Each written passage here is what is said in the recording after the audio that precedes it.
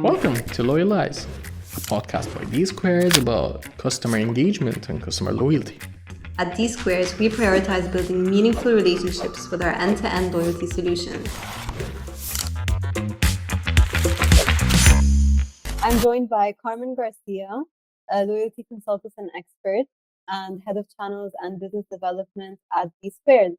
Welcome, Carmen. Hello, thank you, Yasmin. Lovely to speak with you today. Thank you so much for being on the Loyalize podcast. So for the audience, could you just give us a little bit of an introduction and a background of what drew you to loyalty? Because you've been working in loyalty for a few years now. Yeah. So I've worked in loyalty for about 15 years. It's quite a long time. Wow. And it started with after university going and selling a CRM product. So that's kind of how I got into loyalty, because I started to understand the importance of retention. So a little bit about me. I've done a lot of consulting in the last few years, and I've worked with a lot of major loyalty programs, from NatWest and RBS to Amex and Avios. So quite a few different ones, but in more recent years, I've worked quite heavily in the retail space and luxury retail space, actually, in particular. But what drew me to loyalty was the fact that I realized that every business has a very common theme, which is that they want to drive revenue, obviously, and reduce costs. And the costs seem to come from acquisition quite a lot. And you can reduce that cost by retaining your customers and extracting as much value from them as possible. So I think it's 3 times more expensive to acquire a customer as it is to retain a customer. And when I realized that actually most businesses have this common goal, it kind of drew me to what the strategies are available to these businesses in order to retain them and to drive customer lifetime value. So that was really what drew me to loyalty. It was just a very common theme across many different businesses that I felt was very important, and actually has a lot more methodology behind it than we think it does. You know, there's a lot of thought that can go behind retaining a customer and then therefore making them a loyal customer. Right, I agree in the sense that with them, because in loyalty, it's very much about consumer behavior and how people become attached to things. And there's that human element, human emotionality that we need to tap into in order to retain people and get people to love your brand. Absolutely. I like what you said about the common theme. I mean, across all the industries you've worked in, the common theme is that loyalty is a necessity and a need for every type of business. I mean, whether you're a supermarket grocer, or you are a telecom business, or an oil and gas business, or a bank, or or a hospital even, or even government programs. We always think loyalty is around retail, but actually, it's a much broader place where loyalty serves a purpose, and we're seeing it more and more that people are realizing that now. I wanted to play a fun game with you, just some quick fire answers. Usually we do would you rathers. I have a couple for you, but I wanted to ask you a couple of different questions. So my first one would be, what's the strangest loyalty reward you've ever seen? Okay, so I think that one I saw, which I thought was strange but actually quite nice as well, is being able to name a star. Yeah, I think it was Etihad Airways actually that did this, but basically it's quite like it's quite an unusual thing to do. And I think another one is Amex. There was like a gold bar offer, which I thought was quite funny because they have the gold card, and I thought that was like quite a fun one too, but quite an unusual one. But the star one for me really stood out when I read that somewhere.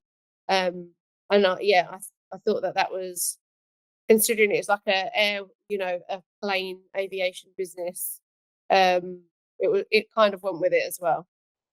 Definitely. The star one is so interesting. A very memorable one. If that happened, if you had that as part of a loyalty program and you actually redeemed that gift, I think that would be quite a memorable gift. It's quite a good marketing tool as well to say to people, "Oh, Etihad Airways named a star after me." Yeah, can't get more personalized than that, I think. Okay, Exactly. next question. What's the loyalty pet peeve you have? Okay. I have two actually.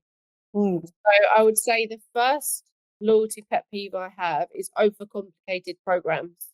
Mhm. I think programs need to be simple, not too simple where they're boring, but simple enough that they're not so complicated that you feel like you don't understand how to redeem or actually get rewards in the first place. And then I also think that how things have evolved and a sort of, I would say, a trend that we've seen over the last few years and will definitely continue into 2025 is making sure that rewards are not too long to attain, so that they don't take too long to attain. So years ago, you used to acquire air miles, and then maybe in a year's time or 2 years, you could redeem them against a flight. But this has changed now. People want instant gratification. Along with Amazon, you can order and receive your item on the same day. People want that same, that same fluidity throughout their programs as well.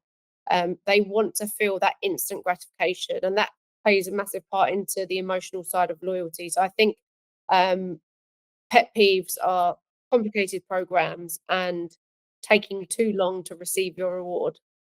Mm-hmm. I mean, we'll get to the rewards and the instant gratification later on in this episode. I think that's a very interesting point that we're going to touch on. So to move on to our two would you rathers, my first one is: would you rather not receive any personalized recommendations or have your points expire every month? I think having your points expire every month would be quite annoying. However, if my points were very personalized, I'd probably use them each month. So I would say I would rather that they expired every month and have personalized rewards. Okay, yeah, that makes sense. Okay, next one. Would you rather not get any points for your birthday or share your points with two other people? I would rather share my points with two other people, Even if it means you'll get less points. even if it means I get less points. Actually, no, I'd rather not get points. Sorry, I changed my mind. I'd rather not get points on my birthday. Yeah, Okay. I feel like if the reward program's good, it wouldn't really matter that much. It'd be a nice thing to treat yourself, but it's not the end of the world. So I'd rather that and have the points for myself. Yes, okay. I like that change of heart there. And that was a hard one. Okay. Okay, so let's move on to the data world at the minute. Big topic for 2025. As personalization demands increase, and I think personalization now is past the point of being a trend, and now it's just like a central, integral part to loyalty and marketing in general and how businesses operate. Like I saw on LinkedIn, I saw someone had the title of head of personalization, which I haven't seen before, and I thought that was really interesting. So as personalization becomes more integral to loyalty, and which heavily relies on data, and as data collection increases, that has a knock-on effect on data privacy concerns. So how can businesses address these concerns? There's a bit of a juxtaposition here that we find ourselves in. So a double-edged sword. We want more personalized rewards, but we don't want to give as much data away, or people are feeling more and more concerned about their data. We can see it all the time with applications such as Instagram, and I know that that's not a loyalty program, but Instagram want to send you more personalized reels and images on your feed. You don't want to give as much data away. So it's this is a difficulty that businesses will face in the next few years. That personalization, as you said, is so central now to what we need to do as marketers, as loyalty experts, with loyalty programs. They don't really function without personalization anymore in the ways that they used to. People expect it. They expect rewards to be personalized to them. They expect communications to be personalized to them. But I think with things like blockchain and we can combat these things by being super transparent. We need to be really clear with how we're using people's data. And I think if the word, I saw something recently actually, which was, and I can't remember where I saw it, but it was a so asking to use my data. It must have been an application or something, but it said we're using this so that we can give you a birthday treat, so that we can ensure that we're giving you the experience that you need. So this is why we use your data, and we'll only use it in this way. And actually, I was like, okay, that's fine. I'm happy to share my data. And I think that blockchain, that allowing that transparency to use data, and having all, pre kind of pre-designated rules around that will make people feel more comfortable. And also the decentralization of data as well. I'm not going to go into technicals about what that means. So we've gone through like Web 1 and Web 2, and Web 3 is the evolution where we're using we're not using centralized platforms anymore. We're using decentralized platforms, which means that we can, there's better security, etc., with data and transactions, and everything else, and there's more transparency. So that is one way that we can combat this data, I guess, issue, if you like, where people are concerned about their data, but whilst we can adhere to new guidelines and be super transparent around what we're using it for and where the limits are as well. I think ensuring that people understand that I think it's not enough to say we're going to use your data for this. I think people and businesses also need to reiterate, especially in loyalty programs, we will not be using your data in these ways, so you don't need to worry. I mean, like you say, I think it's the transparency, the guidelines, the iterating, and just reassuring customers whenever they are asked to be given data. The thing is, for me, when I'm filling in surveys or giving my personal information out or anything like that, I'm always thinking, okay, I'm doing this so that hopefully next time I get a better experience. Exactly. And that's always the hope. But then when it feels like you're constantly giving away your data, and it's not like a centralized thing, I haven't given my data like once. It's like every time I interact with a new business or even a different touch point within the same business or brand, it's different data that's being collected from me. And so it does make you feel a bit, on edge, or you're thinking about what this data is going to be used for, if not to better my experience. So I think brands that aren't using their data properly, the data that's being given to them voluntarily, I think that's where businesses are going wrong as well. I agree with you. Yeah. I mean, one way that brands are collecting data now is through gamification. Yes. How else do you think gamification is going to be used in 2025? So it's interesting that you raised that, actually, because gamification is a topic that last year was very important, and a lot of businesses were asking about this and how it can be used. And I think there is a distinction to be made. So there's gamification of the program. So gamifying a program where you make consumers or customers kind of go through levels, receive badges, etc., to attain, a gold status, for example. And then that is kind of gamifying the program, where people, they know that they need to do an action to receive a reward and to get to a higher level. And then there's games gamification, which is slightly different, which is utilizing games in a way to engage the consumer or the member of the program in a way that also allows you to collect data. So this is a really important subject, actually. And actually, a lot of clients that I'm speaking to at the moment, this is something that's coming up. So using a game to collect data is a really clever way to understand what's going on up here with the customer. Because when a customer answers a survey, sometimes they want to appear a certain way to themselves, so they might not answer 100% honestly. Whereas a game, you can immerse a customer into a game about your world. I'll give you an example. I think one of the luxury brands has like a kind of metaverse game where you can play and you can basically grab all the bags you like and all the items from the new collection that you like, and then you get points. But what that means is that they're able to see before they populate all their stores with all the all of the product, what's actually going to sell well, and what's what people actually looking for, what are people going towards, and they're doing this through a game. So there's that way that you can collect data, which is you're kind of immersing the customer into a world where they're giving away kind of what their preferences are without them even realizing, and in a fun way that is engaging to them. And then there's also things like spin the wheel, where you can ask them a question and then they get a chance to do, like take part in a competition, things like that.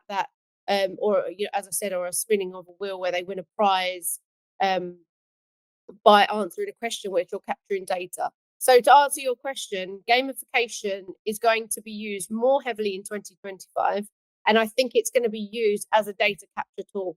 It's not going to be used just to engage customers.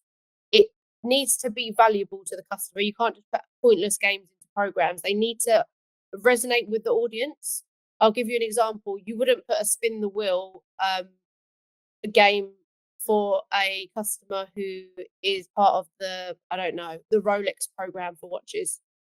The two wouldn't go, but you might develop a very surreal luxury game for men who are interested in gaming and watches, and you could play on it like that. So I think games will be used for data collection in the future more and more, not just for engagement, and they will also be a way for customers and members to immerse themselves further into the brand's world, if that makes sense. So it's kind of like we've mastered how to make gamification engaging, but now it's about how to use that to collect more data and Exactly. gauge more about customer behavior, consumer behavior. I really like that example you used about the bags. Yeah. The change in behavior with that is very interesting. When you're in a physical store environment and you're trying to get someone to buy an item that might be of a particularly high value, you're going to see a lot of different factors at play. They might not consider buying exactly the thing they would love to buy because there's a price factor that they need to consider, or there's a practicality factor that they need to consider. Maybe they're not buying the color bag that they want because they actually have to consider a bag that's going to go with all of their stuff. Whereas actually, and that's not necessarily always representative of what the population really wants. So that these sort of environments can actually show, all the way from the merchants and the designers, what are people, going towards within these metaverses. So that there's so many ways that games can be used. It's not just about, collecting a bit of data on a survey and making it fun for them and finding out, I don't know what the question could be, but that it's not just about that. It's so much more. So yeah, there's ways to be very creative around it. But as I said, if a business is going to invest in gamification, they need to ensure that they're making it relevant for their audience, and that they're using the game to capture data. I think is very helpful, and brands should be finding new ways and engaging ways to use gamification now, because we have seen, as you say, like, so the dark side of gamification for me is having those useless games and hooking people to just continue playing games and collecting points, but then having false rewards. And the games themselves are not, I mean, there are games where you just watch ads, and the more ads you watch, you collect points. And the same with, like, I don't know, other city, like, build a block games where it I just think ends up putting flat. you've actually touched upon a very important point, actually. Games need to be relevant, and they need to I think not create kind of fatigue. Mhm. So if you're like, I'm just doing this purely to get points and it's the most boring thing in the world watching all these ads, it's not going to drive engagement. It's going to drive the behavior that you don't want, which is, I'm just doing this purely for a gain. I'm not really doing it because I'm into the brand, or I want to immerse myself in the brand, or I want to become a loyal customer. I'm doing it just purely for a gain. So I think that's exactly what you said. That's the risk of doing it wrong. I wanted to touch on how that would affect segmentation, because I'm seeing that there's kind of this whole thing around the death of traditional segmentation. And with personalization, it's changing the way we segment people. So what do you see happening with that in 2025? So traditionally, we had, we'd look at data, and we would see buying behaviors, and we'd place people into a box, essentially. And you might have 5 boxes of customers, or you might have segments rather, or you might have 30 segments of customers, or you might have 100 segments of customers, depending on how big your database is, or how granular you want to go. But what this does is it still puts the customer in a box, and you're still actually grouping people together that actually, in reality, and if we're very honest with how the world is, everyone is totally different. Mhm. Just because I buy the same oranges, avocados, and oat milk from the supermarket as someone else doesn't mean that we're the same. Mhm. That supermarket might place me in the same bracket as that person, but maybe they're a single person with no children and they're on a health kick, and maybe I've got 2 kids. It's very different. So where things are changing in 2025 is that we're going to be treating people like individuals rather than a segment only. Of Mhm. of course, people will still need to go into segments, because if not, it becomes impossible. But there will be, I think, moving forwards, a bigger element of the customer-centric approach. So there'll be a bigger element of looking at each person within a segment as a person, rather than just a segment as a whole. How we do this on a large scale in the future is yet to be seen. How we manage all of this, but it will be definitely looking at things like creating comprehensive profiles around certain data points. It will be looking not just at recent behavior, but historically, kind of behavior from the beginning. And I think the real thing that's going to be super important is real-time data. So Mhm. not just looking at what people have done and assessing that a month later, because by then it's too late, but actually real-time data and looking at that. So then we're able to react quicker, and therefore treat the customer like a human, because we're reacting in real time to their needs, with respect to loyalty and marketing. And then I think there's also going to be a shift where not only are we looking at the real time data and the historical data of what people have done to really understand what their buying behavior is, but we're going to be personalizing experiences far more, Hmm. and creating a much more emotional connection rather than a transactional relationship. So I think where the segmentation is going to change is historically Hmm. loyalty programs were a little bit more transactional. You reach X amount of points, we'll give you 5% off this. Now it's going to be, you reach X amount of points, we really value your custom. Why don't you come to our store and we give you a personalized experience, or we give you a personalized service based on what your needs are?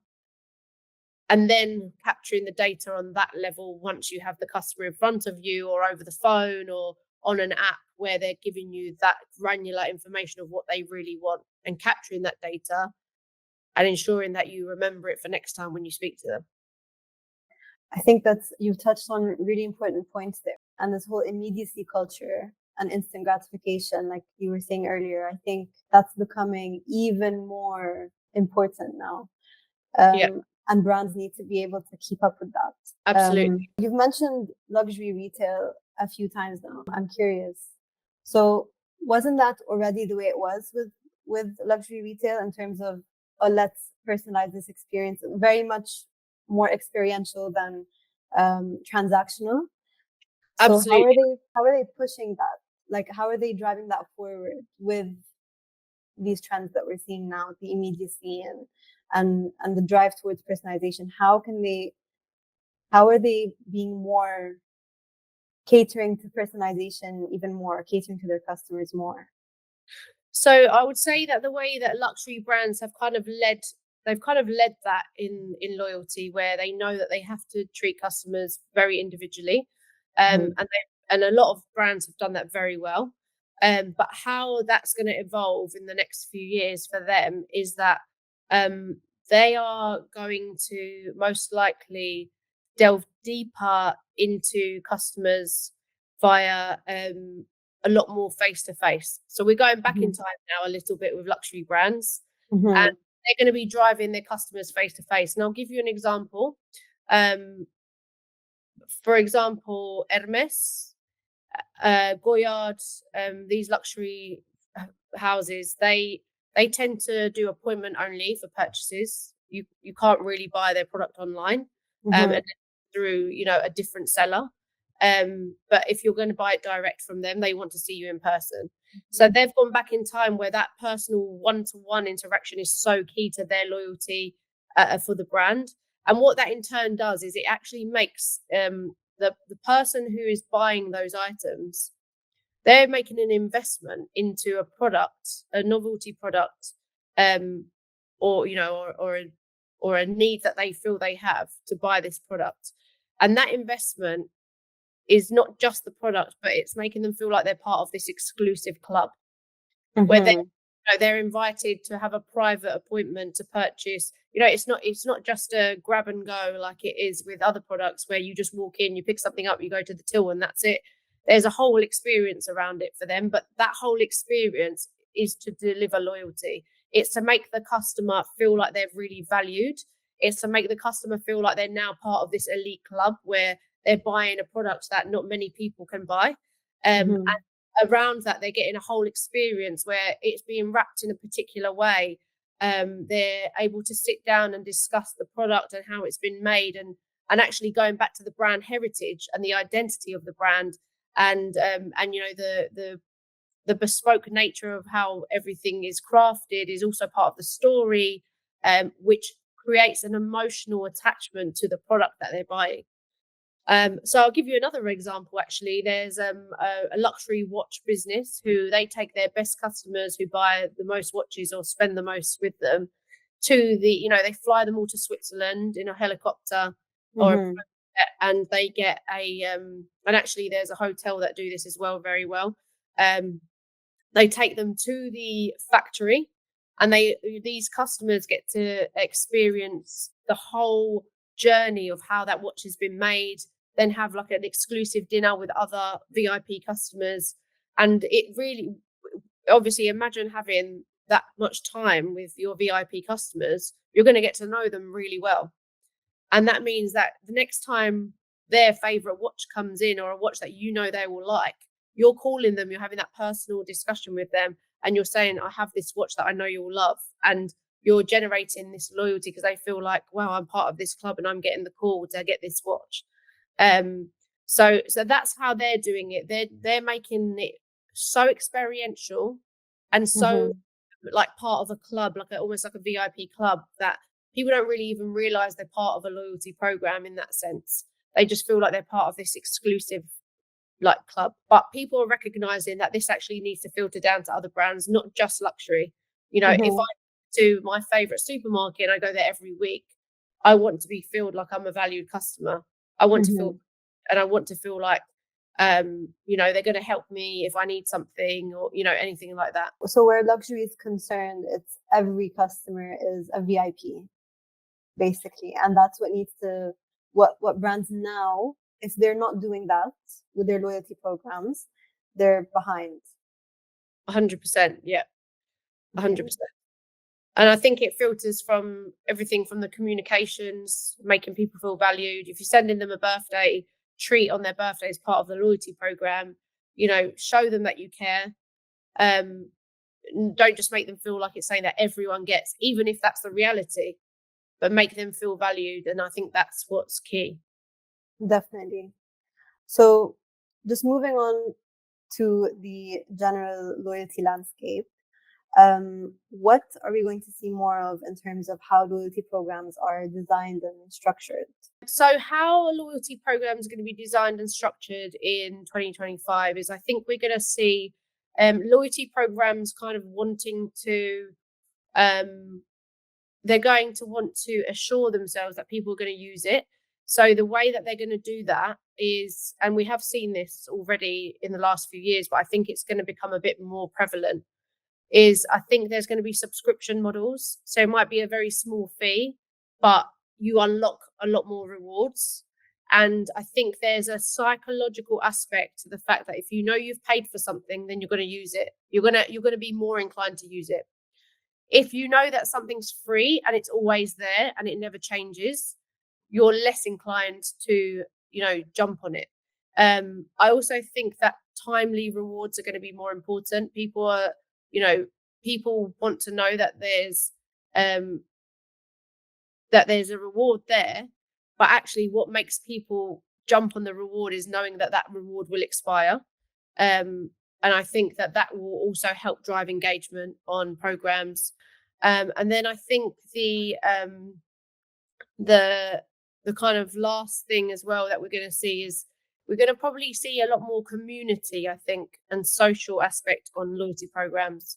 It's particularly like certain, you know, like sportswear companies, they've understood that actually the loyalty program needs to be about community and people being active and healthy together, and driving, you know, people to compete against each other on their loyalty app, etc., or be able to share their run with their friends to show their, you know, and I think that where we're seeing loyalty evolve is that actually before, loyalty programs were very centric around the brand, and now we're seeing that actually the brand can almost pivot on things that are relevant to them without it being necessarily about just the brand.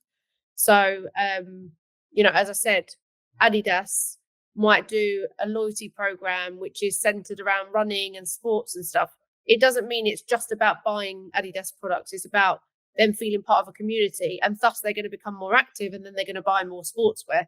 But it's all about that community feel and being part of a club, as I said before. So, and then that ties into collaborations as well. So, for example, you might have a loyalty program that offers a free coffee, and they realize that the value of them offering a free coffee could tie in really nicely with, you know, Nespresso, for example, and offering masterclasses and education and a bit of a community around, you know, coffee recipes. I don't know, like cappuccino, mocha. You know, there's all these things that we can tie into programs now and make them a little bit more engaging than just earning rewards at the same place all of the time for the same way, which is spending money and getting a discount. There's a lot more that we can do moving forwards. Yeah, I think that's interesting, the cross brand partnerships point that you just mentioned, which makes it interesting and diversifies the rewards that people can get. I don't know, you might win rewards at Nike and then you can go and spend them in your gym. Or you might win rewards with your health insurance and you can go and spend them on a smoothie at at your favorite health shop, or vitamins, or health supplements. So I think that there's going to be a lot more cross collaboration, and we have seen that a lot in the last few years, but I think that's going to grow more. We're going to probably see I think that we're going to see some programs join forces. So, for example, not necessarily just like a coalition program, but actually, if you're two brands that really complement each other, you're going to share services between each other and maybe do a lot of cross-selling between customers, because you recognize that you have a similar customer base, but your brands, they complement, but they don't conflict. They're not competing. You might be selling makeup and another brand selling shoes, but you recognize you've got the same audience. So doing stuff together on a loyalty program might be helpful as well. So yeah, that's where I think things could go. It's interesting. We've spoken about different paradoxes throughout this episode. So the first one was about data. And then you mentioned another one about community. And I think the paradox of we need to move into this personalized direction, and yet we also need to be fostering community. That's also another interesting paradox. And when you were saying about how luxury brands are going back in time with how they're focusing on more face-to-face interactions, I think the community thing as well falls under that. And I don't think it's necessarily, I mean, it's definitely going back in time, but I think it's that need to balance that personalization and individualization. Because at the moment we have the benefit of all of this AI. We've got the benefit of technology that we can automate so much. We've got all of this available to us that actually we can leverage to, rather than just doing mass market loyalty marketing and everyone gets the same email once a month, they get a reward, which means you can do mass, right? You can reach 5 million people in a second. You can't do that with face-to-face, right? But what that enables, I think, when these luxury brands, what they're doing really well is they're doing their mass marketing, and then they're also able to add that other layer of real kind of personal connection between their customers and the brand, which makes the marketing a complement to what they're doing, rather than just a very what's the word I'm looking for? Impersonal experience. They're using the impersonal mass marketing that they're able to reach everyone, which is really helpful and needed, but then actually also extracting from that this personal experience and driving a personal experience from that as well. You need both, basically. You need both. You need both, exactly. I think it's that balance. Yeah. And a third paradox as well, and that's a strategy for brands to increase loyalty to themselves by using other brands as well in like this partnership, which I think is very interesting as well. What values or leadership styles do businesses need to embrace or adopt in order to keep up with the disruptions of 2025? What loyalty marketers need to keep up with and prepare for these disruptions are they need to be very analytical and data savvy. So I think they need to be able to read data. So there's something actually that doesn't get spoken about very much, and it's conversations are always very much about being able to collect data being able to understand your customers better, collecting all this data, blah, blah, blah. But what we don't talk about very often is, how are we reading the data? How are we then actioning the data? Why are we actioning it in that way? So I think marketers are going to need to become a much more, the word I'm looking for is, they're going to need to read data well. I think they're going to need to equip themselves with that, and understanding how to action it best.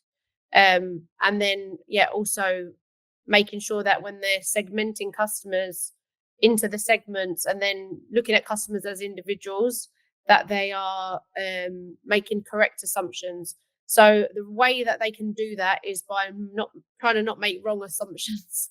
That's the best, so maybe you don't assume that someone is getting married or something, because it could offend them, or something like that. So making sure that you're not making certain assumptions whilst trying to read the data really well is going to be a very hard thing to blend, but it's something that we're going to need to learn how to do. And then I think from reading the data as well is actually predicting future behavior.